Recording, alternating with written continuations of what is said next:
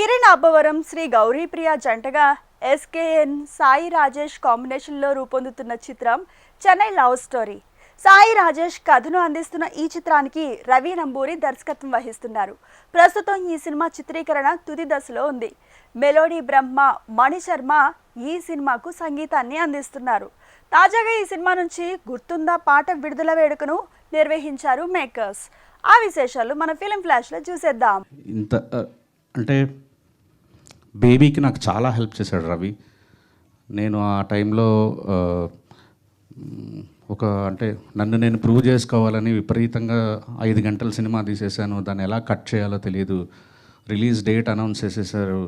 నేను ఎడిటింగ్ రూమ్లో ఉండాల్సి వచ్చేది, మ్యూజిక్లో చేయాల్సి వచ్చేది, చిన్న చిన్న ప్యాచ్లంతా మిగిలిపోయింది. సో ఒక రకంగా రవి వచ్చి సేవ్ చేశాడు. అంటే 3 అవర్స్ దాన్ని తీసుకురావటంలో, ఒక 2-3 డేస్ ప్యాచ్ వర్క్ చేయటంలో, నాతో పాటే సౌండ్లో, డిఐలో. సో నాకు ఎక్కడో కృతజ్ఞత ఉండిపోయింది రవి మీద. రవి ఈ సినిమా నువ్వు డైరెక్ట్ చేయి రవి అని నేనే రిక్వెస్ట్ చేశాను రవిని. సో నిజంగా ఆ గ్రాటిట్యూడ్ వల్ల నేనే మళ్ళీ లాభపడుతున్నాను. Thank you Ravi. You made a great film. Your a great storyteller. Maybe ఇది ఇప్పటికిప్పుడు మీకు ఒక కొత్త డైరెక్టర్ కాబట్టి అనిపించలేదు, కానీ ఒక 1 ఇయర్ తర్వాత ఈ స్పీచ్ నేను చెప్పిన మాటలు మళ్ళీ మీరు రివైండ్ చేసుకుంటే రవి ఎంత ఒక గొప్ప దర్శకుడు అనేది మీకు అర్థమవుతుంది. Thank you Ravi. ఒక రోజు అదే యూజువల్గా పొద్దున్న లేచి ఏదో కార్యక్రమాలు చేసుకుని ఏదో ఈగలు తోలుకుంటూ ఉంటాం కదా. ఈయన వచ్చారు. అంటే ఈయన పరిచయం లేదు.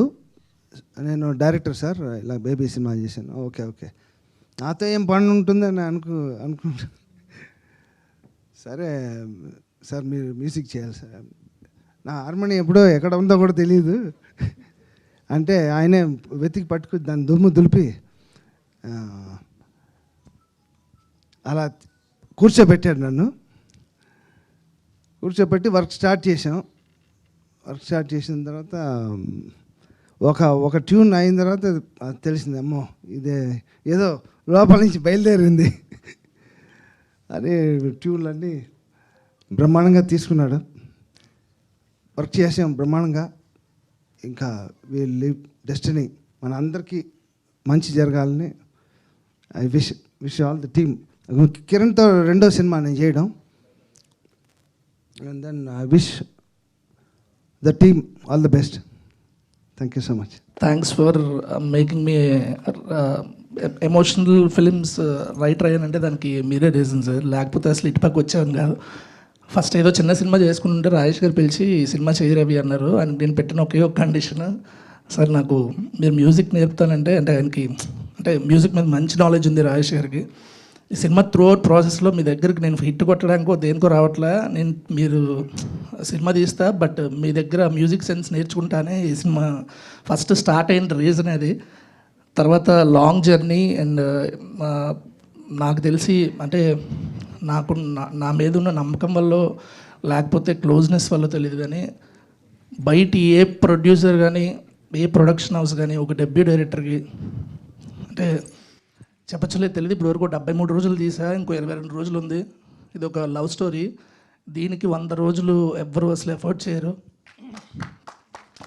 ఏ రోజు ఎస్కేన్ అని కానీ రాజేష్ గారు కానీ అసలు మొన్న చూసారు రాజేష్ సార్ ఫుటేజ్. ఇప్పటివరకు ఏ రోజు అసలు ఏం తీస్తున్నాడు, ఒక్కొక్కసారి నాకే భయం వేసేది, మరీ ఇంత నమ్మేస్తున్నారు, అసలు మనం ఏమైనా కరెక్ట్గానే తీస్తున్నాం లేదో ఒకసారి వచ్చి చెక్ చేసుకోండి ఎవరైనా నన్ను నేనే అడుగుదా అనిపించేది. బట్ ఎందుకులే మళ్ళీ కాన్ఫిడెన్స్ లేదనుకుంటారని అడిగేవాను కాదు. గురుతుందా నువ్వు తడిసిన తొలి వర్షం, అది వెలసిన తరువాత ఆగిందా ఆకాశం. ఈ పాట విన్న ఫస్ట్ టైం నుంచి షూట్ చేశాక ఇప్పటి వరకు ఈ పాట నా నోట్లో నాంతూనే ఉంది. మీ అందరికి కూడా ఈ పాట నచ్చిందని అనుకుంటున్నాను. ముందుగా ఇక్కడికి వచ్చిన ప్రెస్ అండ్ మీడియా అందరికీ, మూవీ లవర్స్ అందరికీ, ఫ్రెండ్స్ అండ్ ఫ్యామిలీ అందరికీ welcome and thank you so much. చిన్నప్పటి నుంచి కొద్దో గొప్ప మ్యూజిక్ నేర్చుకుంటూ వచ్చాను, కానీ నేను పాడని మణిశర్మ సార్ పాట లేదు ఏ కాంపిటీషన్లో కూడా. అండ్ నేను నటించిన సినిమాలో మణిశర్మ మ్యూజికల్ అని పాడడం నిజంగా sir it's a true blessing. Thank you so much sir.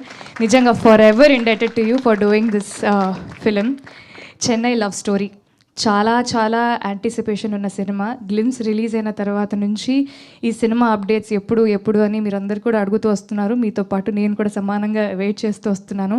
And ఇవాళ మా పాట లాంచ్ ఈవెంట్లో కలుసుకోవడం మీ అందరినీ నిజంగా చాలా చాలా ఆనందంగా ఉంది. నాకు మణిశర్మ గారు అనగానే నాకు బల్బులు పగిలిపోయినాయి. ఇదేంటి మనం అప్పటి నుంచి ఆయనకి ఇది ఆయన సినిమా మనం చేస్తామా, ఆయన పేరు మణిశర్మ మ్యూజికల్ అని ఉండగా నేను ఎప్పుడో చూశాను పెద్ద పెద్ద ప్రొడ్యూసర్లు వాళ్ళు ఉండగా మన పేర్లు ప్రొడ్యూసర్గా పడతాయా అని చెప్పి. ఎందుకంటే మణిశర్మ గారు ఈజ్ ద ఓన్లీయో తెలీదు one of the what ever music director.